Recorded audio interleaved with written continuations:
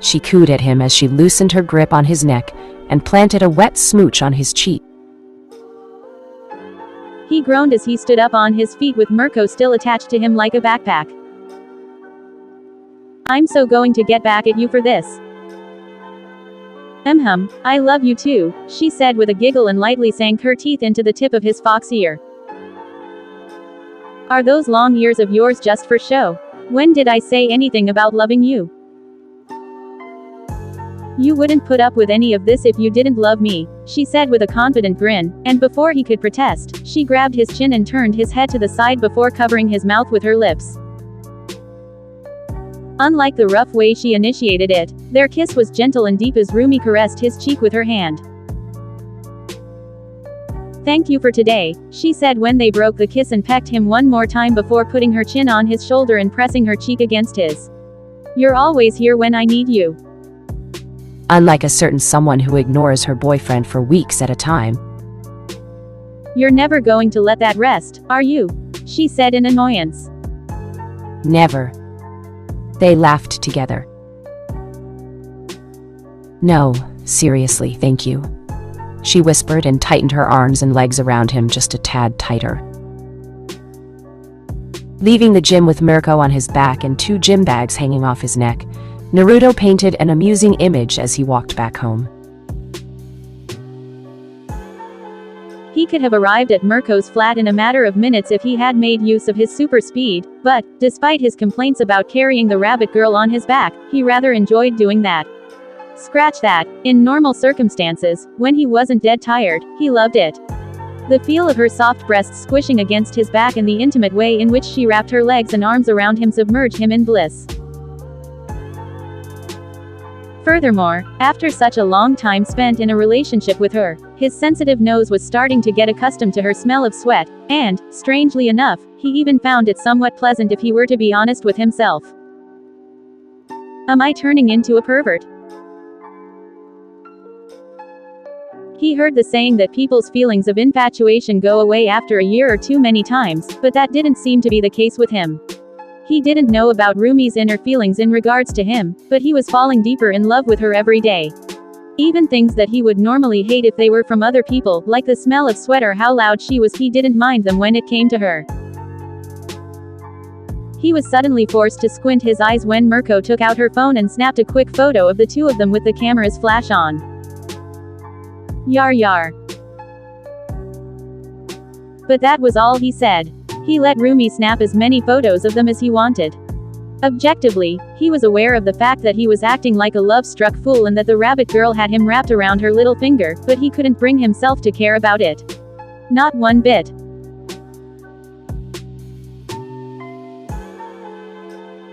Chapter 38. Vanguard versus Kurama. It was Monday. A large group of journalists were crowded at the entrance of UA High, nearly triggering the UA barrier, with how closely packed to the entrance they were as they waited for Uzumaki Naruto to arrive.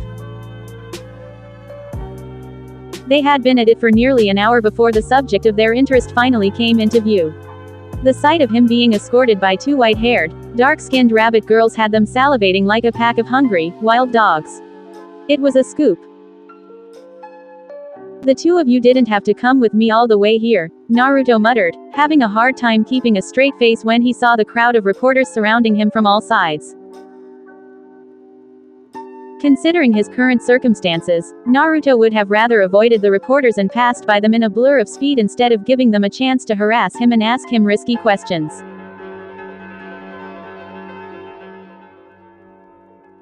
However, an HPSC representative came to Mirko's home yesterday and suggested they pull off this play to divert people's interest from the incident on Friday night. While he assured them that the HPSC didn't intend to pursue the matter and that they were not trying to hold Naruto responsible for how his quirk went berserk, the representative said that them keeping things under wraps might not be enough. Although the government could and was in control of the mass media, they had no control whatsoever over the masses of people on social media. Therefore, it was Naruto, Rumi, and Yua's job to distract the social media denizens. Don't say that. I've only spent 2 days with him. I want to make use of every little second to get to know him better, Usagiyama Yua said and took him in her arms. The high-heeled shoes she was wearing made her tall enough to allow a short woman like her to pull Naruto's head down and press it into her voluptuous chest. "Knock it off, mother!" Rumi nearly shouted, a hint of red appearing on her cheeks. They had come to an agreement to put on a show for the reporters, but that was taking it too far. Rumi yanked Naruto out of Yua's arms and put herself between the two of them, all the while glaring daggers at her mother. "Urara," Yua giggled with a hand on her cheek. "You're so cute when you're acting jealous, Rumi-chan tilde." Camera flashes went off wildly at that scene. Usagiyama Yua, in particular, became the center of attention right away. Not only were the media people finally getting a glimpse of Mirko's mother, but her appearance was eye-catching as well. Her outfit wasn't even that revealing or shocking, but she was so effortlessly classy and comely that most of them couldn't take their eyes off her.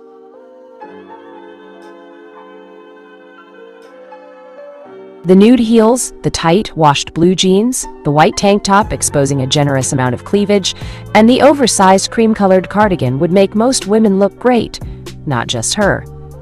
But there was something about Yua's short, wavy white hair and her seductive red eyes that made most people have trouble looking away from her. Usagiyama Yua was magnetic. The contrast between the mother and the daughter couldn't be any bigger.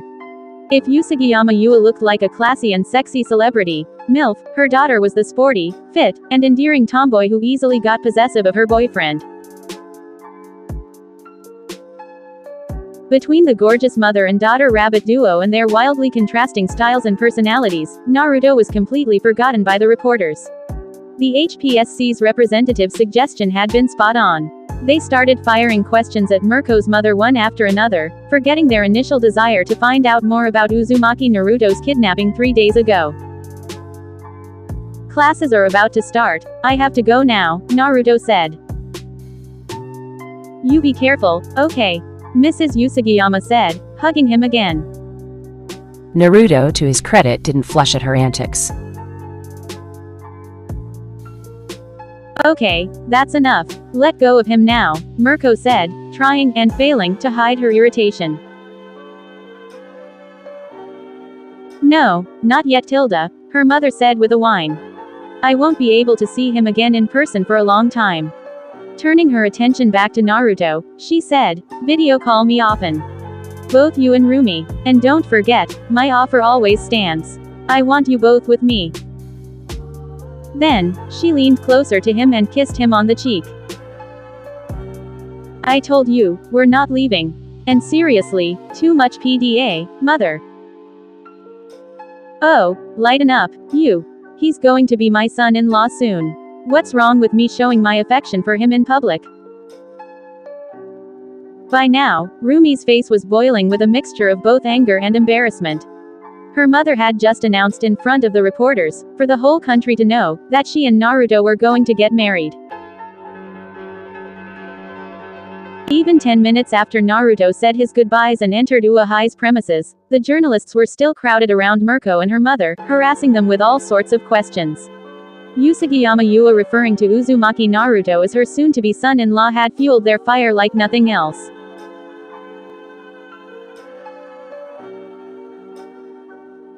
Granted, Mirko could have ditched them in a moment and taken her mother away with her if she had wanted, but she didn't.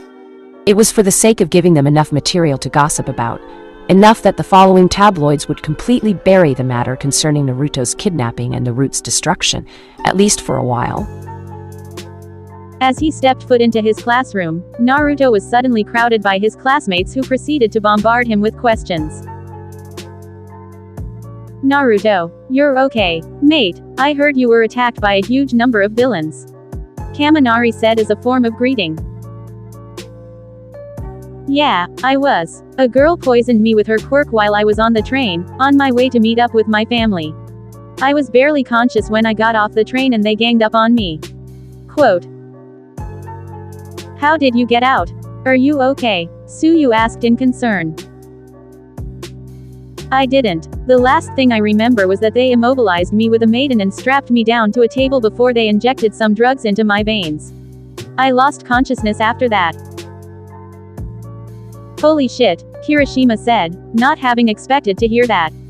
Sounds like something out of a horror movie. Tell me about it, Naruto agreed. So how did you escape? Yaoyorozu asked. Rumor goes that shady group of people weren't actually villains but a secret branch of the government. They had to have been well trained and heavily armed. I told you, I don't remember, Naruto said and scratched the back of his head. But my quirk awakened again that night. Mirko seems to think that the feral nature of my quirk took over after they knocked me out. Everyone started counting his foxtails when he said that. True to his words, there were 5 of them now. I'm so glad that you're okay. What you went through sounds so scary.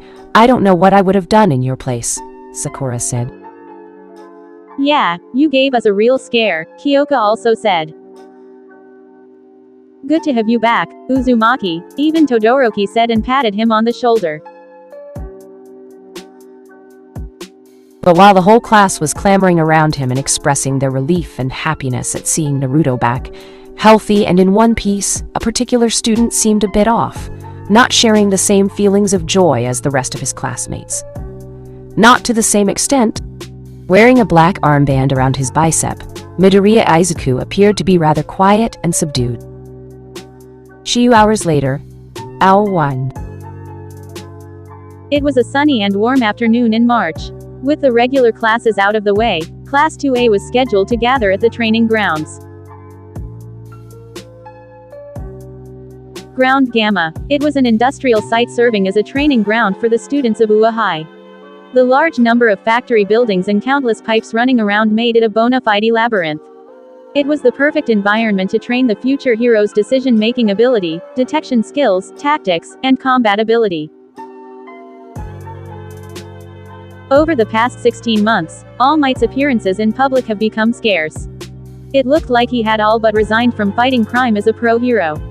Nowadays, he was fully focused on grooming the next generation of heroes. All Might pouring all his efforts into teaching his students wasn't without results. Most of the students in the 1A class, now 2A, had made a name for themselves during their internships with the hero agencies. Seeing as the school year is nearing its end, I would like to test your progress and gauge your level of strength, All Might said. Dressed in his Golden Age suit, he was just as tall, muscular, and imposing as always. Only a select few people knew that it was getting increasingly difficult for him to keep that appearance. Most students became excited at his words. Now, quiet down and let me finish, All Might laughed and said. You won't be fighting against me or another teacher this time. You'll be pitted against each other by drawing lots.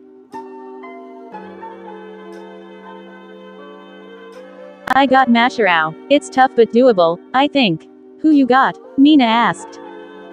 I got Kirishima, Okako replied. Big oof. His quirk is a really bad match for you.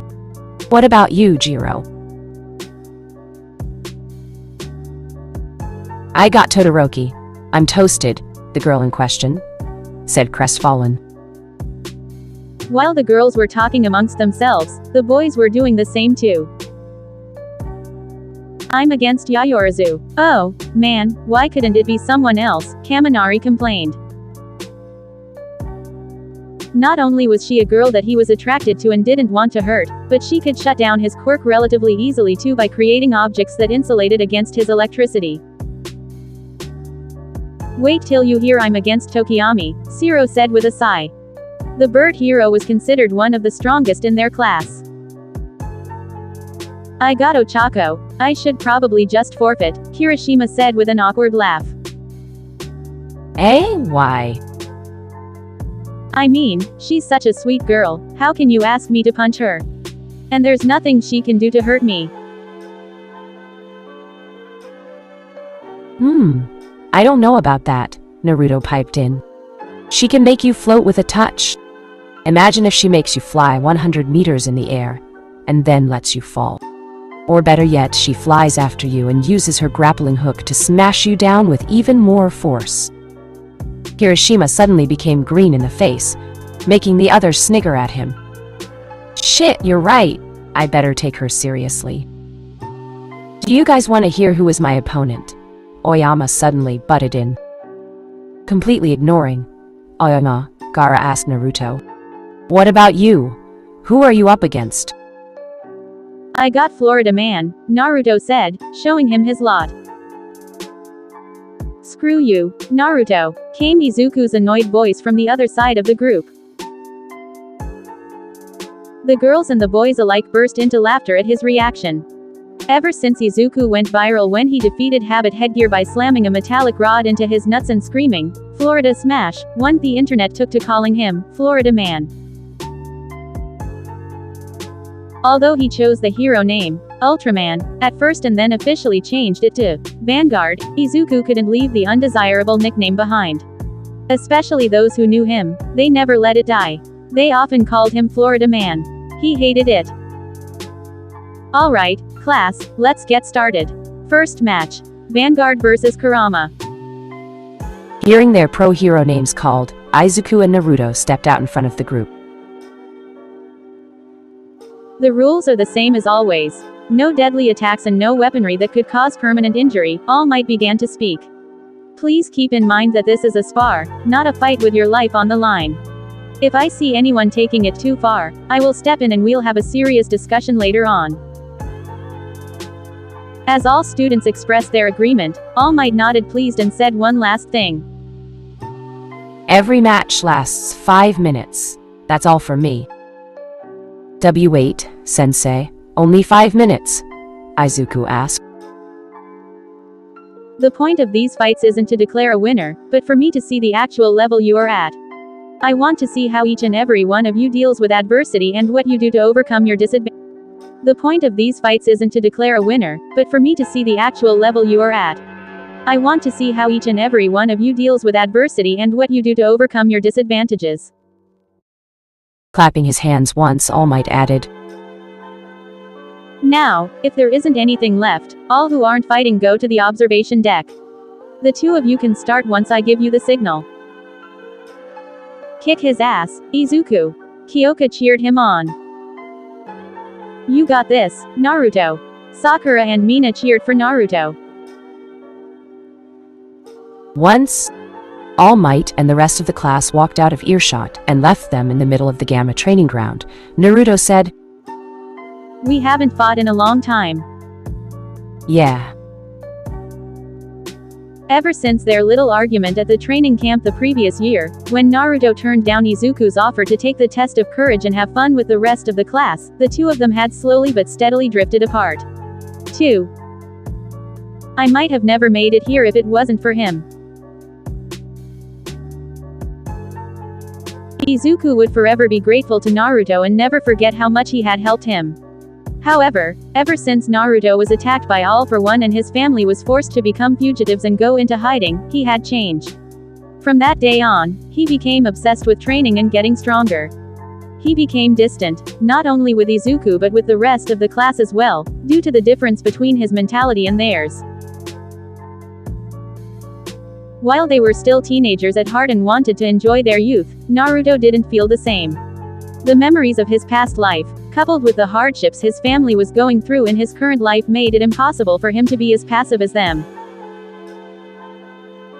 But unlike Naruto, Izuku took the path of moderation. He did continue training his one-for-all quirk under All Might's tutelage, but he didn't neglect his relationship with his classmates and friends. You better put on a good fight. Your girlfriend is watching you, Naruto said with a grin. Not long after the start of the second school year, Izuku and Kyoka Jiro became a couple. He had had a crush on the punk girl ever since he saw her last year, when she and a group of classmates stalked Naruto after school to see what he was doing. 3. Would be a shame if your two pinky girlfriends were to watch you lose against me, Izuku retorted. Mina and Sakura, Naruto chuckled. You should know that Mirko is the only one for me. I actually don't. We haven't talked much lately. At that moment, a flare was launched in the air, signaling the start of their match. Before we start, can I ask you something? Izuku said. Shoot. Did you? Izuku paused in hesitation. Did you kill Bakugo? Quote. I didn't even know he died, Naruto said honestly. As he looked at the black armband wrapped around Izuku's arm, it finally dawned on him that the green-haired boy was in mourning. Are you being serious now? Izuku asked in a stiff voice. He was part of the group who attacked you in Haruya town. I know that, I just didn't know he died. He wasn't the only one who died. Our former classmate, Kiba, died together with him too. Their families held the funeral for the two of them yesterday, Izuku said. A few seconds passed with neither saying anything. You got nothing to say, Izuku said. What do you want me to say? Naruto asked indifferently. Am I supposed to start crying or what? That unbothered attitude of his angered the green-haired boy. You're the one who killed them. I heard from All Might what happened. Your quirk went out of control, and you caused a massacre. You murdered so many people, and you're not even sorry. What kind of hero are you? What kind of hero kills so many people? Naruto looked at him silently. Say something, Izuku shouted. What do you want me to say? Naruto asked again, exasperated. Who the hell are you to even demand anything from me? Or did it go to your head that you're All Might's successor? Do you think you have any power over me or other people? He was starting to get annoyed. This isn't about me, it's about you. I don't know what's going on with you, or why have you become like this. You were the person I looked up to the most after All Might.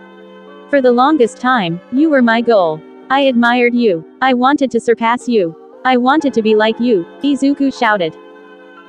1 second you're calling me a murderer. The next second you're serenading me? Make up your mind, dude, Naruto said. Do you truly feel no remorse? Bakugo's family was devastated by the news. Kiba's family is in shambles too. I can still hear their agony-filled cries at the funeral. Naruto was spared from giving him an answer when All Might's voice rang from a loudspeaker. Midoriyaya, Uzumaki. I gave the signal to start a while ago. What are you doing? All Might and the rest could watch all their actions on the large screens installed in the observation dock. They couldn't hear what they were talking about. They only saw that Izuku appeared to be screaming at Naruto, who was looking at him calmly, with his hands in his pockets. If you're ready and willing to kill someone, you better be ready to die for it too, Naruto said coldly, ignoring All Might's warning. You're telling me off because of that piece of shit, all the while completely ignoring the number of civilians Bakugo killed when he and his groupies attacked me. 10 people died and many more were left with severe burns after he set several apartment blocks on fire. You want me to feel sorry that that psycho died? 4. We are heroes, not executioners, Izuku shouted at him. I wasn't even conscious when everything happened. But even if my quirk didn't go berserk and I was fully aware and in control of my actions, I wouldn't have changed a thing. I don't regret anything. Now either fight me or forfeit. I don't want to hear your comic book hero ideals again. Keep that idealistic crap to yourself. Naruto's mockery set the already angry boy off. His buff and muscular body was engulfed by what looked like green arcs of electricity as he yelled. One for all, full cowling 70%. If you don't want to listen to words, I'll just have to make you listen by force, Izuku shouted, and the concrete under his feet cracked as he launched himself at Naruto. Detroit Smash. It wasn't the kind of attack that could be dodged just by moving one's head.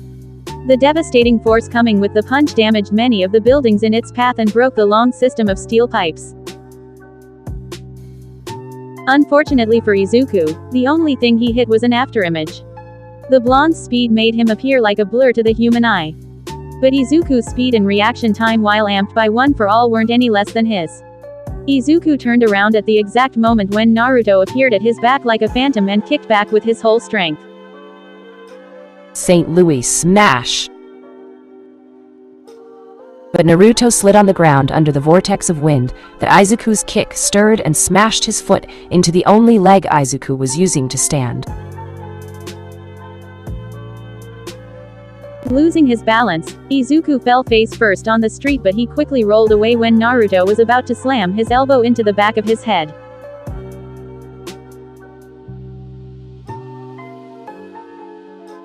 Chills went down Izuku's spine when he saw Naruto's elbow breaking open the street where his head would have been.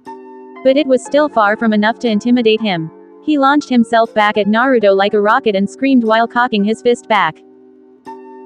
Texas Smash!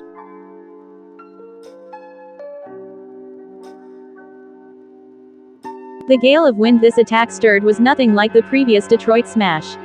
It took the unprepared Naruto and hurled him up in the air like a typhoon. The powerful vortex of air lifted up a large amount of debris and broken pipes too, causing a deadly wind-rowing effect. If it had been any other student, All Might would have already stepped in by that point and stopped the fight. Because wind-rowing was what actually caused the largest amount of death and destruction during a tornado in real life. Texas Smash was too powerful to be used against normal human beings. However, he knew that Naruto could take it. He had let the match continue because he wanted to see someone of Izuku's age pushing his pupil to the limits. And true to All Might's thoughts, when the tornado created by Izuku's Texas Smash finally died down, Naruto appeared in the midst of all that destruction, surrounded from all sides by a dome of golden chains and golden light.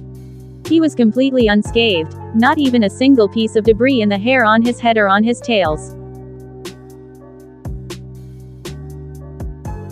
An extremely loud explosion startled All Might and the rest of the students watching from the observation dock as Naruto suddenly broke the sound barrier when he threw himself at Izuku. Even while he was 70% amped by his one-for-all quirk, Izuku could barely react in time and cover his head with his hands.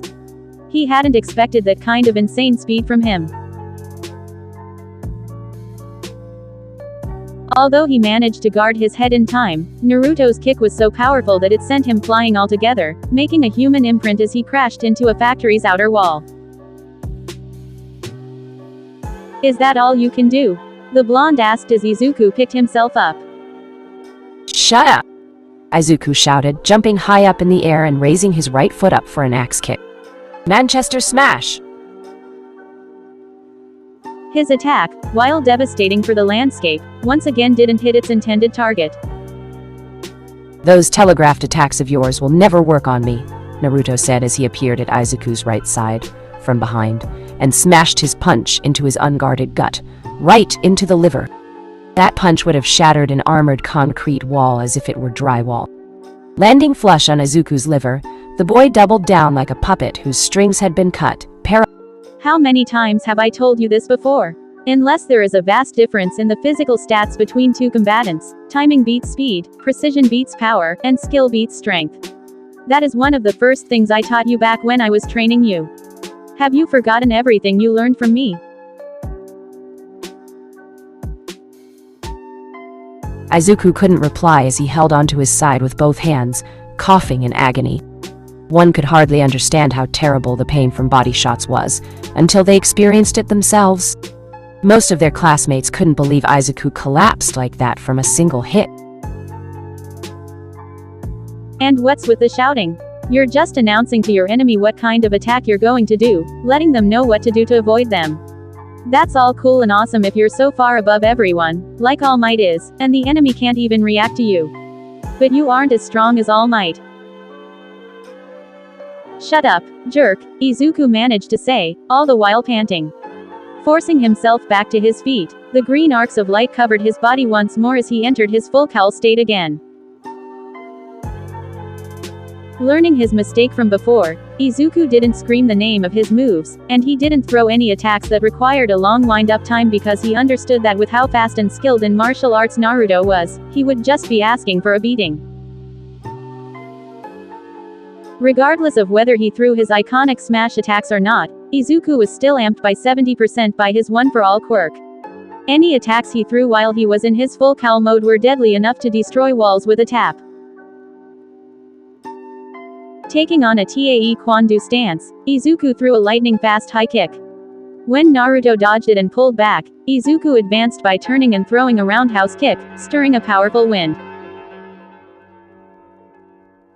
Pressing on with a second kick, and one that took such a long time to set up, a roundhouse kick, had been a mistake because Naruto closed the distance before Izuku could complete the second attack, grabbed him with both hands and slammed him down, cracking the ground with his body. But even after he got slammed down, Izuku threw an UP kick, preventing Naruto from continuing his onslaught, and quickly jumped back to his feet. Holding back the urge to scream the name of his attack, Izuku cocked his punch back and threw a blow with the entire strength of his full Cal 70%. The close distance between the two of them and the suddenness of the attack made Naruto unable to dodge the gale of violent wind his punch came along with it.